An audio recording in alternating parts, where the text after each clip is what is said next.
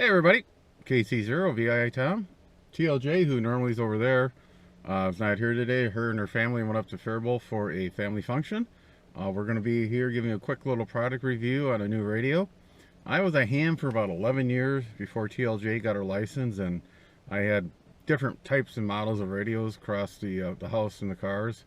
I think in the house we had a D700, a Kenwood TM D700. My car had an old E.F. Johnson Challenger. The van, we had a Bendix King VHF radio. And her car, we had I think that was a Kenwood 271, but I'm not quite sure. It was a Kenwood product. They're all 2 meters. They worked good for me. When the night she got her license and passed the test, and we were on our way back from Austin here to the great metropolis of St. Ansgar.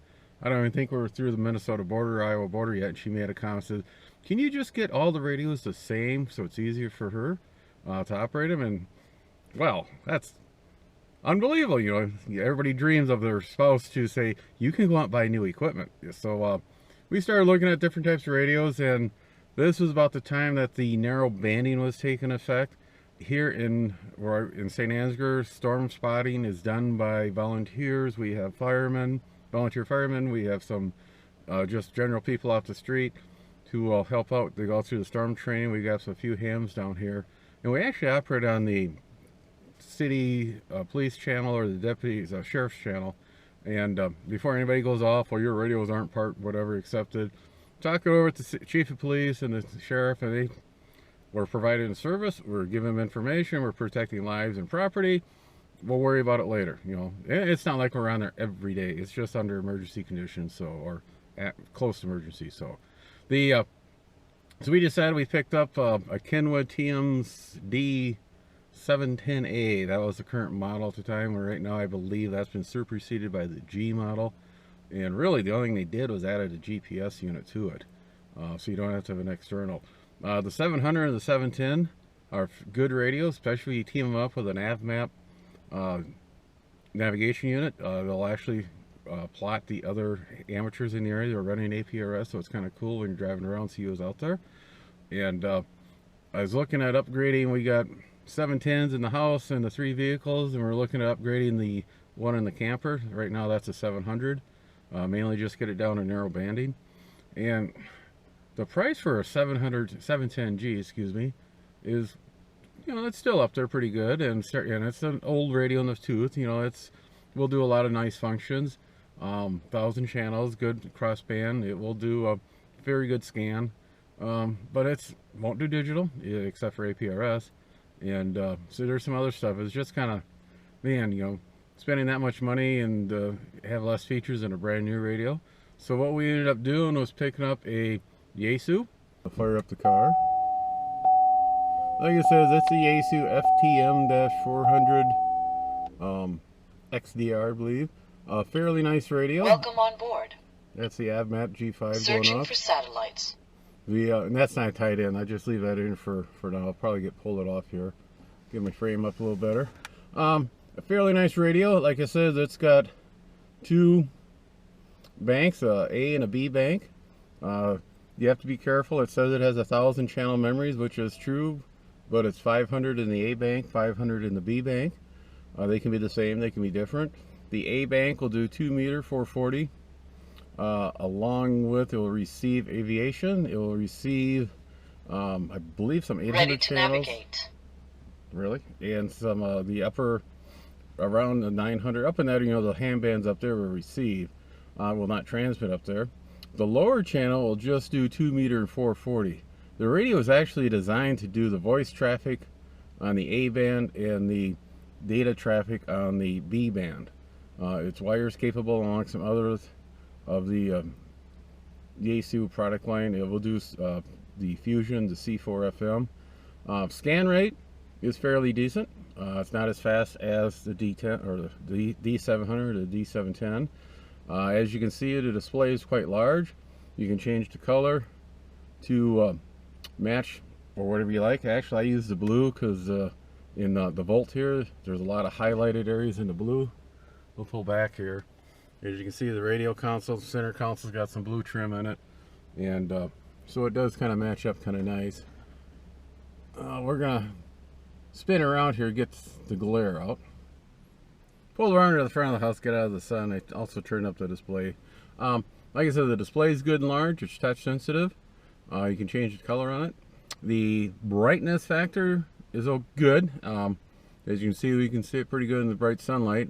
The only problem I see with that is when you turn it all the way down to dim, it's still, for me, it's a little too bright at night. Hopefully I'll get used to it. Just something to remember, you may not want to put it up where I have mine. It's just, I put it up here on the dash behind the airbag. There's no airbag on that side of the windshield.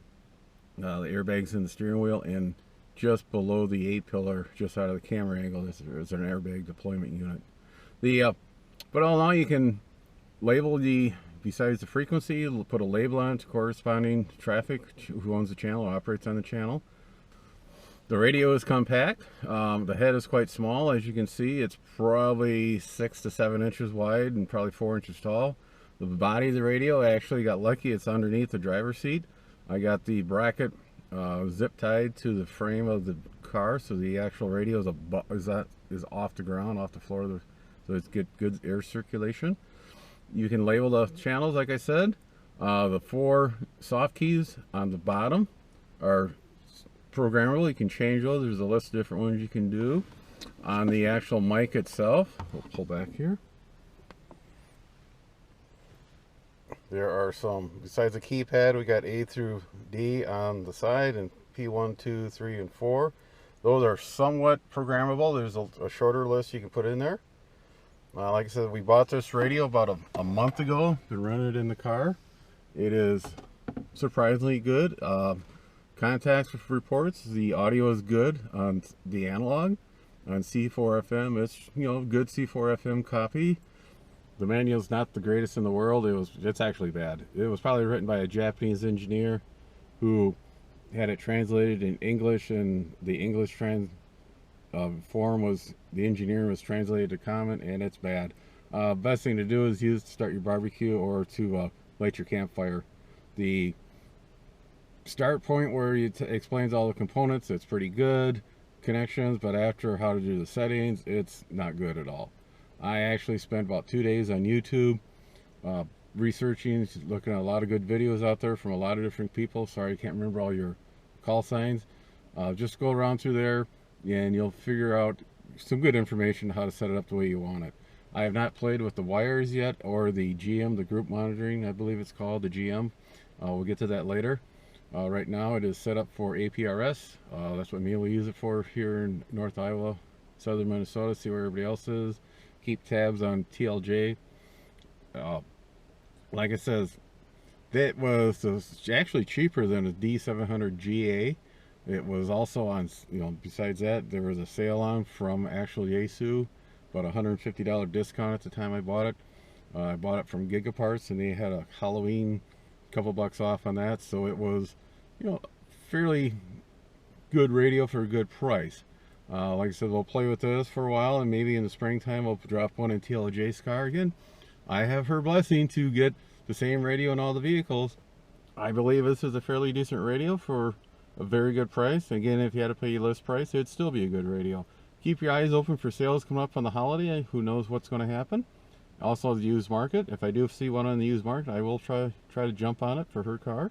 And we'll have a more detailed report coming up in about 6 months, sometime in the springtime. So, 7-3 everybody. Be sure to tell your friends, neighbors, other hams. Hit that bell for notification on new videos. And we'll see you with our next video with TLJ. I believe she wants to talk about her new dipole we put up for her. And she's got other ideas for antennas. So, 7-3.